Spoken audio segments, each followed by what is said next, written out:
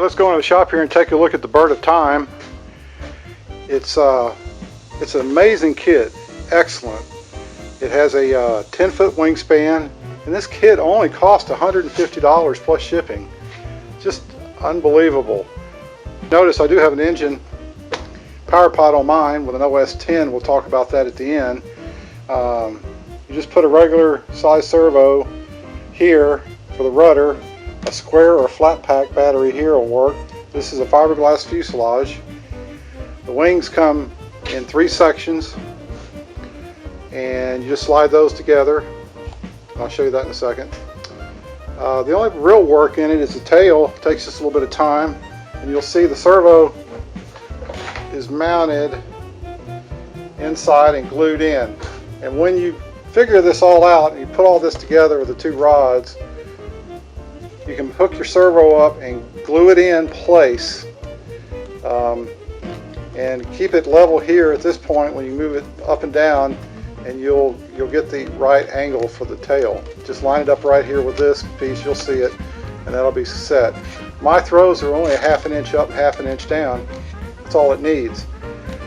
They say use that little HS55 micro servo, and I'm sure that'll work just fine. I'm using a little bit bigger one here, which means making this hole bigger.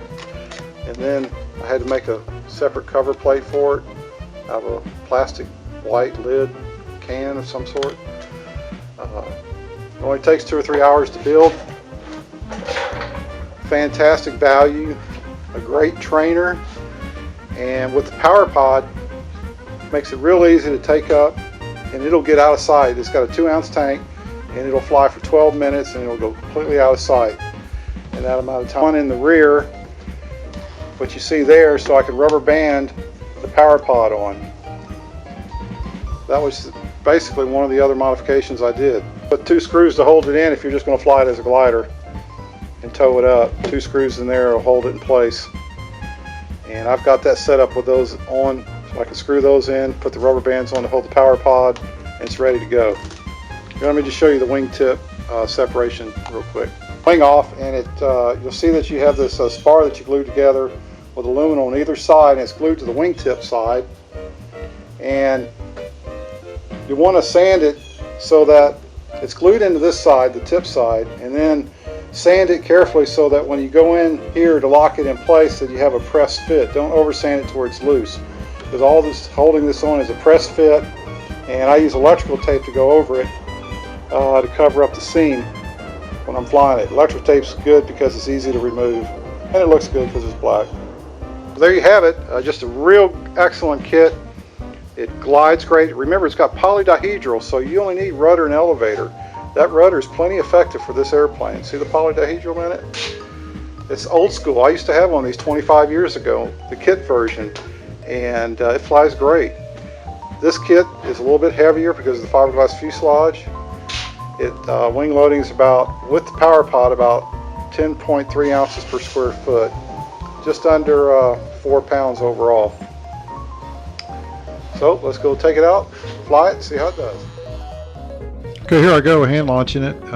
If you'll just hold full up elevator initially and give it a good throw, it'll climb right on out.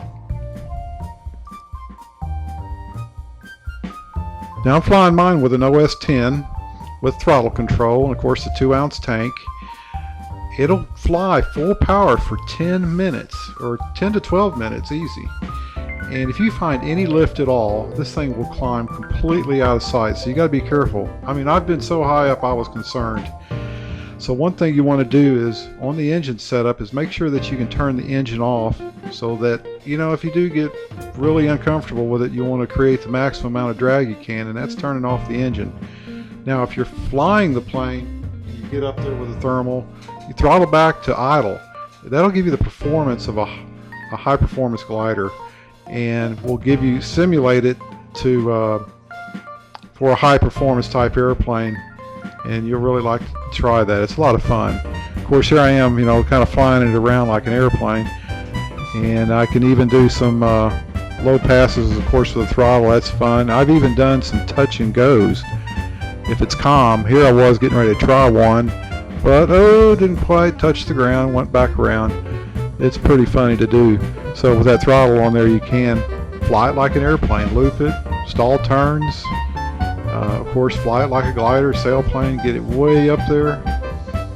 Of course the power pod just makes it so much less effort to fly.